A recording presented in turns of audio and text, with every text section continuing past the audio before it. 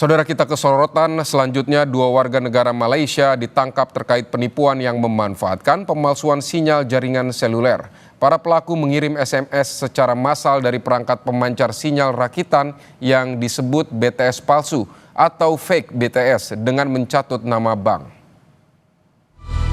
Di balik kemudahan teknologi digital saat ini, ada sebuah ancaman yang patut kita waspadai, yakni kejahatan siber yang salah satu modusnya adalah dengan menggunakan sinyal palsu. Dengan alat tertentu, para penipu ini bisa memasukkan sebuah jaringan dan mengirimkan SMS ke banyak nomor sekaligus. SMS-nya pun berisi sebuah link yang bisa digunakan para pelaku untuk mencuri data pribadi para korban. Lantas, bagaimana modus dari penipuan ini dan bagaimana kita harus mewaspadainya? Ikuti terus penelusuran kami agar Anda tak jadi sasaran berikutnya. 24 Juni 2025, Polda Metro Jaya mengungkap kasus kejahatan siber yang memanfaatkan pemalsuan sinyal jaringan seluler. Dua warga negara Malaysia berinisial OKH dan CY ditangkap. Para pelaku mengirimkan SMS dari perangkat pemancar sinyal rakitan yang disebut BTS palsu atau fake BTS. Dengan mengutip nama bank, para pelaku menyisipkan tautan dalam SMS yang digunakan untuk mencuri data pribadi para korban. Polisi masih memburu satu tersangka lain berinisial LW yang juga warga negara Malaysia. LW yang ditetapkan sebagai DPO merupakan otak kejahatan siber ini.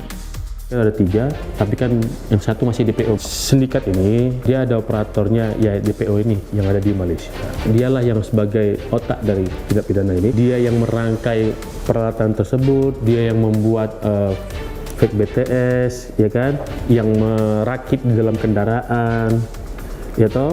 Kemudian dia juga yang mengajari dua pelaku lainnya untuk bagaimana cara mengoperasionalkannya.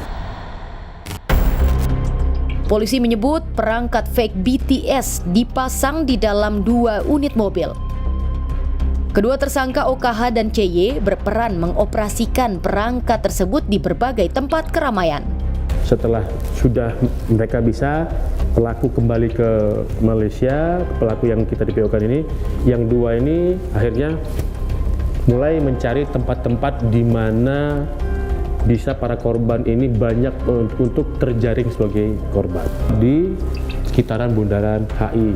Ya Mbak tahu Bundaran HI kan ini pusat keramaian di Jakarta. Alat ini diaktifkan oleh pelaku, ya, akan memunculkan sinyal yang mana itu nanti menjadi fake BTS. Fake BTS itu kalau begitu sudah aktif, nanti salah satu pelaku, kan ada 2 mobil nih Mbak, mana yang duluan aktif, nanti salah satu pelaku ini menghubungi yang ada di Malaysia sudah aktif. Nah, yang di Malaysia akan mengirimkan pesan SMS secara blasting kepada calon korban, ya kan, keramaian.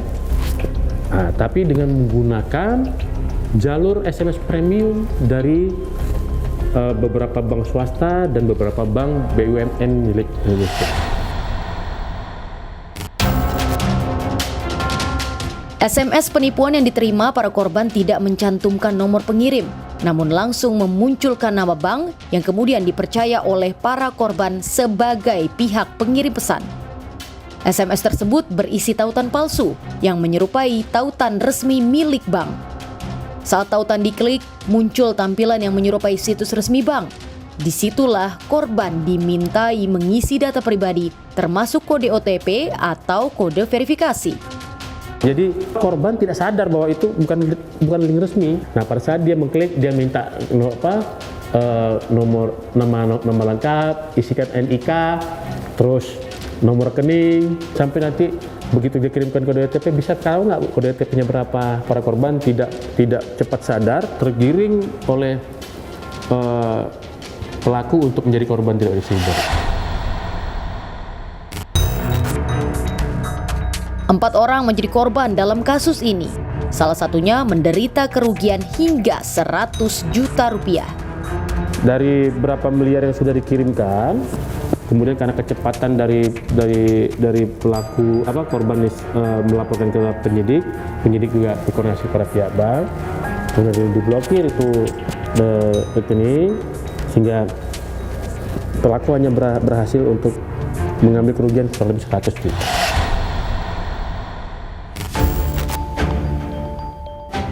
Para tersangka dijerat Undang-Undang ITE dengan ancaman hingga 12 tahun penjara dan denda maksimal 12 miliar rupiah. Peran aktif operator seluler, pemerintah, dan penegak hukum dibutuhkan untuk mencegah terus berjatuhnya korban penipuan fake BTS atau pemancar palsu. Masyarakat pun harus waspada terhadap pesan mencurigakan yang mencatut nama institusi.